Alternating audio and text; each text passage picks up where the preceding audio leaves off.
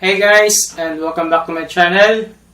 So karon maghimo na po ko guitar tutorial. So karon na i-feature ang kanta ni Jerika Teodorico nga Ihatod Tika. So before ta mag-start, kinahanglan mo og kapo, ibutang niyo sa 3rd fret sa inyong gitara. Then una ta sa intro. So kung na may kapo this 3rd fret, ang first na chord is G.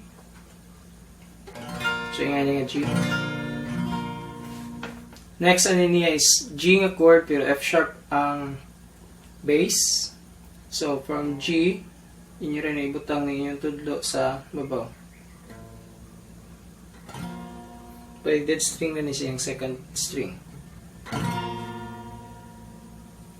Then so ano niya is G gihapon niya chord and E minor nga bass. So G/E minor.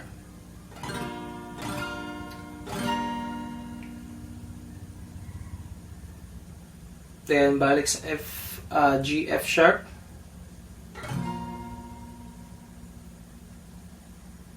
Then G. Then Mudika. Then E minor. Or pwede na po ni G, E minor.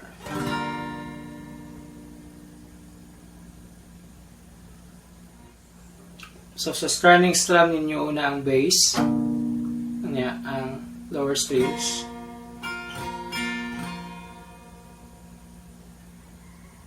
Mali nga ni.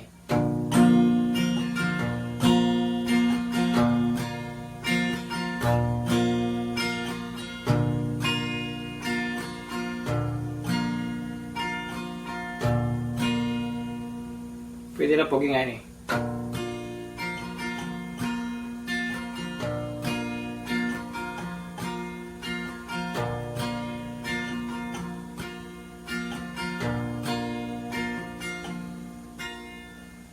So pwede lang mga ito, pwede nga ni. Pwede po rin nga ni.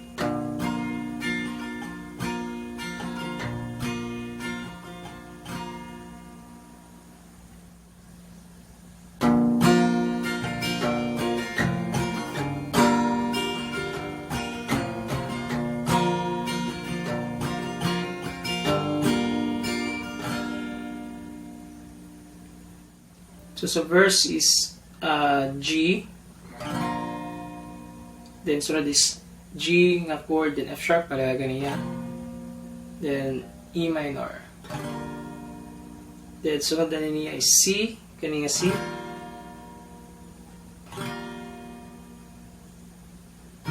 so C9 matalitawag niya sa chord, pero pwede na po nitawagan ng C.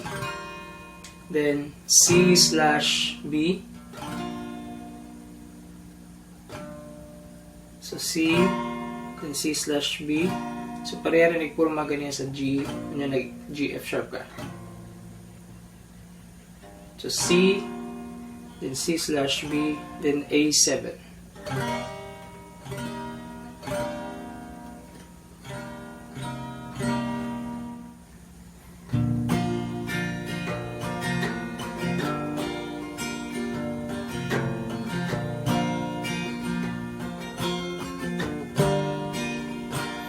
Asa ka, apas ko, bahalang may tukoy. Asa pa, pagdiyay ko.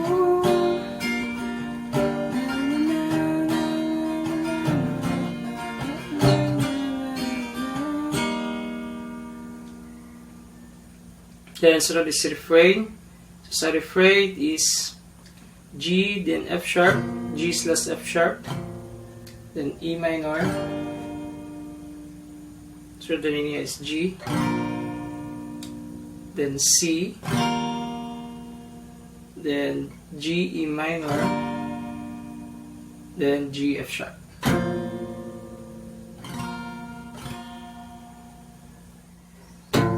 Ganda'y magkaroon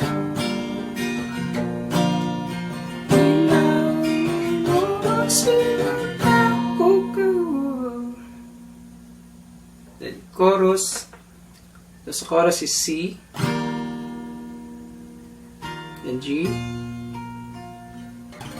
Then G, F sharp. Then balik sa G. Then after is C. Then G. Then E minor. C, E minor. G slash E minor. Then G slash F sharp. So, mo to ang first part. So, yung ating first part. Napoy kami sa tubihan. Wag kong ikupiwan sa kuwayan. The next na part is C. Then G. G, F sharp. Then G slash E minor. Then balik sa G, F sharp. A7. Then A minor 7, A minor 7. Next is kanilang second fret sa B na string o G na string. I don't know sa tawag na niya, basta kanya siya ang pagpaminaw sa kanta.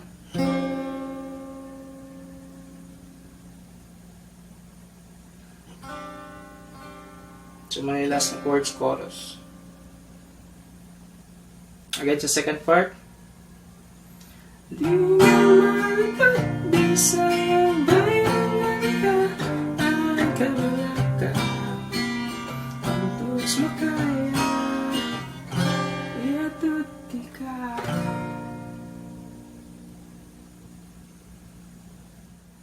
Balik na sa first ug second part.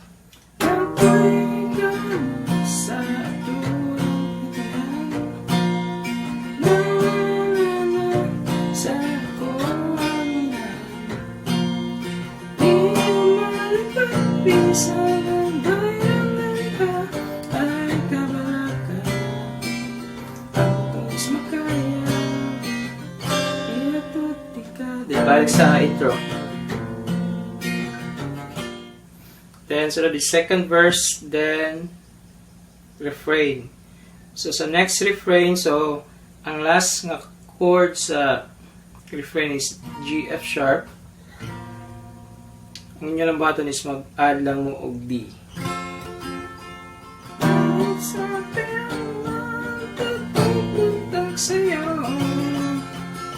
Then, usa mo sud sa chorus. The next part is ang bridge. So, sa first part sa bridge is G. Then, G slash F sharp. G slash E minor. Then G. Then C. Then C slash B. A minor 7. Then D. Then the second part is G. Then G slash F sharp. Then E minor. Then A7. Then C. C slash B. A7. Then itong ganyan ang chord nga okay bouncingan kana ay kabalaka ang tuos makaya Ihatod Tika ayon sa plaza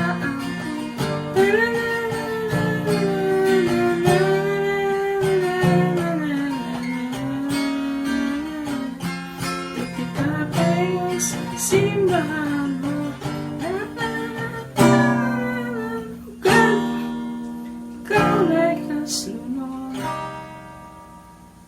maimong iatong pagay di ka pahingon sa imong pamanhulod. Then sunod sa bridge is G, then G slash F sharp, then E minor, G slash E minor, then G slash F sharp, then C slash B, A minor 7, then D sustained.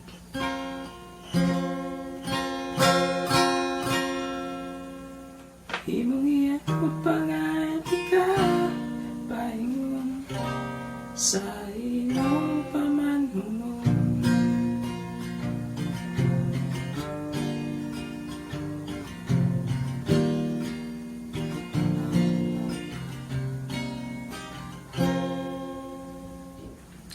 Then last nga part is ang chorus. So sa chorus is C.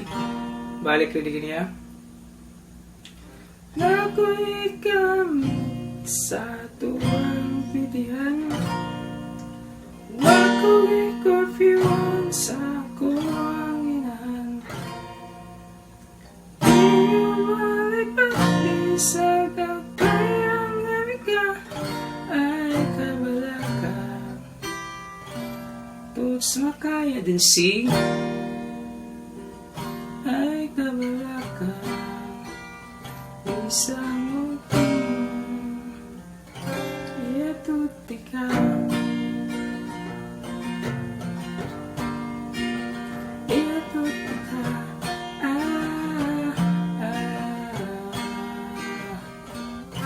Ihatod Tika. So, mao to ang kanta ni Jerika Teodorico nga Ihatod Tika.